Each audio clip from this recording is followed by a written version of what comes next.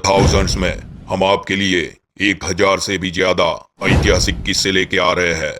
ऐसे ही अनसुने तथ्यों को सुनने के लिए हमारी चैनल को सब्सक्राइब करना ना भूलें। Thank you. जय हिंद दोस्तों। हमने चाणक्य का वह सूत्र तो सुना ही होगा कि शिक्षक कभी साधारण नहीं होता, प्रलय और निर्माण उसकी गोद में खेलता है। पर सामान्यतः यह प्रश्न होता है, क्या एक शिक्षक में इतनी शक्ति हो सकती है कि वह प्रलय यानी विनाश मचा सके? आज हम जिस शिक्षक के बारे में बात करने जा रहे हैं वह यह पंक्ति की सत्यता को चरितार्थ करता है। एक ऐसा शिक्षक जिसने अपने जीवन काल में 22 अंग्रेज अधिकारी और उनके लगभग 220 सहायकों की हत्या कर दी। अंग्रेजी हुकूमत उस क्रांतिकारी से इतना खौफ खाती थी कि उन्हें बेहोशी की हालत में ही फांसी पर चढ़ा दिया गया। वह महान क्रांतिकारी का नाम था सूर्यसेन। तो आइए इस वीडियो की शुरुआत करते हैं। सूर्यसेन का जन्म 22 मार्च 1894 को अखंड भारत के उस हिस्से में हुआ था जहां आज बांग्लादेश बना हुआ है। सूर्यसेन की बहादुरी को देखते हुए उन्हें द हीरो ऑफ चिटगोंग के नाम से भी संबोधित किया जाता है। वह एक महान शिक्षक थे और स्कूल में मास्टरदा के नाम से लोकप्रिय थे। बाद में उन्होंने स्कूल में अपनी शिक्षक की नौकरी छोड़ दी और 1918 में भारतीय राष्ट्रीय कांग्रेस के अध्यक्ष के रूप में वह शामिल हो गए। शुरुआत के दौर में महात्मा गांधी द्वारा शुरू किए गए ऐसे असहयोग आंदोलन में सूर्यसेन ने सक्रिय रूप से भाग लिया। ब्रिटिश विरोधी रैलियों में नेतृत्व करते हुए उन्हें ब्रिटिश पुलिस ने गिरफ्तार कर लिया और उन्हें 1926 से लेकर 1928 तक 2 साल के लिए गिरफ्तार कर लिया। सूर्यसेन ने अपने साथियों के साथ 1930 में इंडियन रिपब्लिक आर्मी नामक एक संगठन का गठन किया, जहां कई क्रांतिकारियों ने इस विद्रोह आंदोलन में उनका साथ दिया। सूर्यसेन ने चटगांव में अपने साथी क्रांतिकारियों को प्रशिक्षित करने के लिए 1928 में एक शारीरिक फिटनेस सेंटर शुरू किया। उन्होंने क्रांतिकारियों के शारीरिक एवं मनोवैज्ञानिक क्षमता में सुधार पर ध्यान केंद्रित किया। तैरना, नाव चलाना, पेड़ों पर चढ़ना, लाठी चलाना, चाकू फेंकना, मुक्केबाजी जैसी गतिविधियां थी जो सूर्यसेन ने अपने क्रांतिकारियों को सिखाई थी।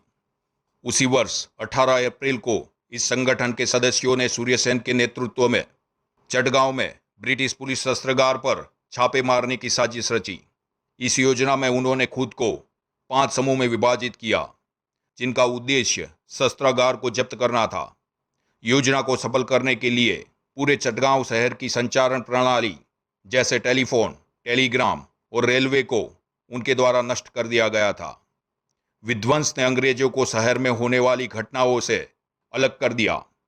योजना क्रियान्वित करने के बाद विद्रोहियों ने हथियार लूट लिए।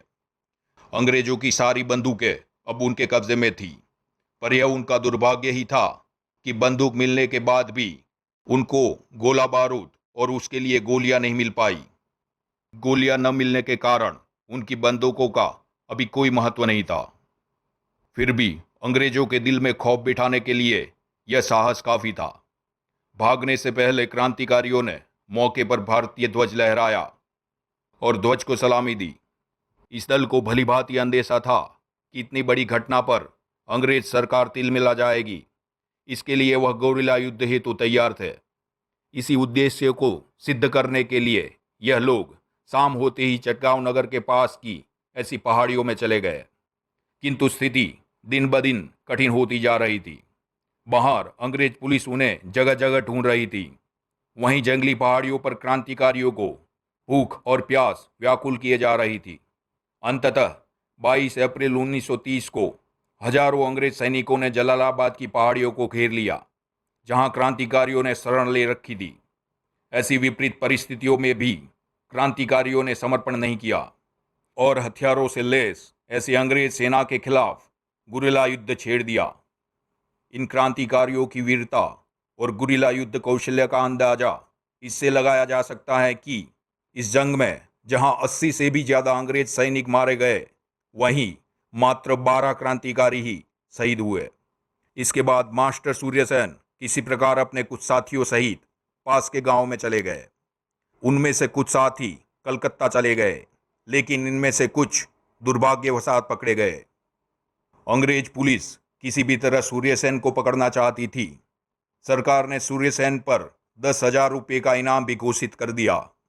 जब सूर्यसेन ने एक गांव में एक विधवा स्त्री ऐसी सावित्री देवी के यहाँ शरण ले रखी थी, तभी 13 जून 1932 को कैप्टन कैमरून ने पुलिस व सेना के साथ उस घर को घेर लिया। दोनों ओर से गोलीबारी हुई, जिसमें कैप्टन कैमरून मारा गया और सूर्यसेन अपने साथियों के साथ इस बार भी सुरक्षित निकल गए। इतना दमन और कठिनाइयां भी इन क्रांतिकारी युवाओं को डिगा नहीं सकी और जो क्रांतिकारी बच गए थे उन्होंने दोबारा खुद को संगठित कर लिया और अपनी साहसिक घटनाओं द्वारा सरकार को छकाते रहे। हमें जानकर आश्चर्य होगा कि ऐसी अनेक घटनाओं में वर्ष 1930 से लेकर वर्ष 1932 के बीच में 22 अंग्रेज अधिकारी और उनके लगभग 220 सहायकों की हत्या कर दी गई, जो कि अंग्रेज इतिहास में बहुत बड़ी संख्या मानी जाती है। इस दौरान मास्टर सूर्यसेन ने अनेक संकट उठाए, उनके अनेक प्रिय साथी पकड़े गए। स्वयं सूर्यसेन एक स्थान से दूसरे स्थान पर जाते रहते और अपनी पहचान छुपाने के लिए नए नए वेश बनाते। न तो उनके खाने का ठिकाना था और न ही सोने का, लेकिन उन्होंने हिम्मत नहीं हारी। किंतु दुर्भाग्यवशात उन्हीं का एक धोखेबाज साथी, जिसका नाम नेत्रसेन था, इनाम के लालच में अंग्रेजों से मिल गया। जब मास्टर सूर्यसेन उसी के घर में शरण लिए हुए थे, तभी उसकी मुखबिरी पर 16 फरवरी 1933 को उनको पुलिस ने गिरफ्तार कर लिया। इस प्रकार भारत का महानायक पकड़ा गया। नेत्रसेन की पत्नी एक सच्ची देशभक्त थी। अपने पति के ऐसे कृत्य पर वह बहुत ही दुखी और लज्जित थी।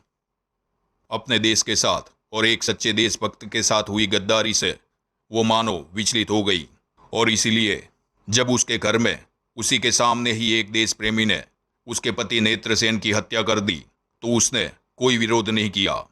यहाँ तक कि जब पुलिस जांच करने आई तो उसने निडरता से कहा, तुम चाहो तो मेरी हत्या कर दो, किंतु तब भी मैं अपने पति के हत्यारे का नाम नहीं बताऊंगी, क्योंकि मेरे पति ने सूर्यसेन जैसे भारत माता के सच्चे सपूत को धोखा दिया था। ऐसा कृत्य करके मेरे पति ने भारत माता का शीश शर्म से झुका दिया है।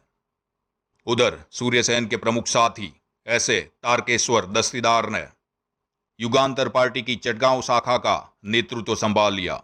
उन्होंने मास्टर सूर्यसेन को अंग्रेजों से छुड़वाने की योजना बनाई, लेकिन योजना अमल होने से पहले ही यह भेद खुल गया और तारकेश्वर अपने अन्य साथियों के साथ पकड़ लिए गए।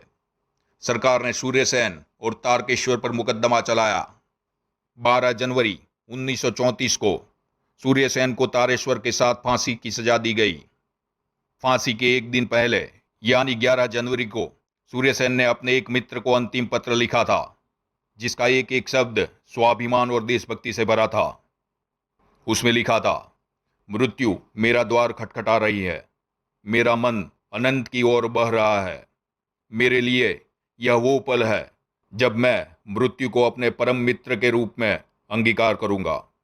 इस सौभाग्यशील, पवित्र और निर्णायक ऐसे पल में मैं तुम सबके लिए क्या छोड़कर जा रहा हूं?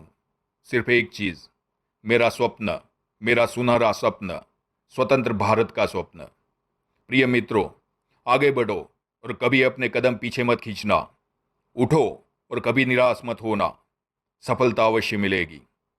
अपने अंतिम समय में भी उनकी आंखें स्वर्णिम भविष्य का स्वप्न देख रही थी, लेकिन फांसी से पूर्व उन्हें अमानवीय ऐसी यातनाएं दी गई।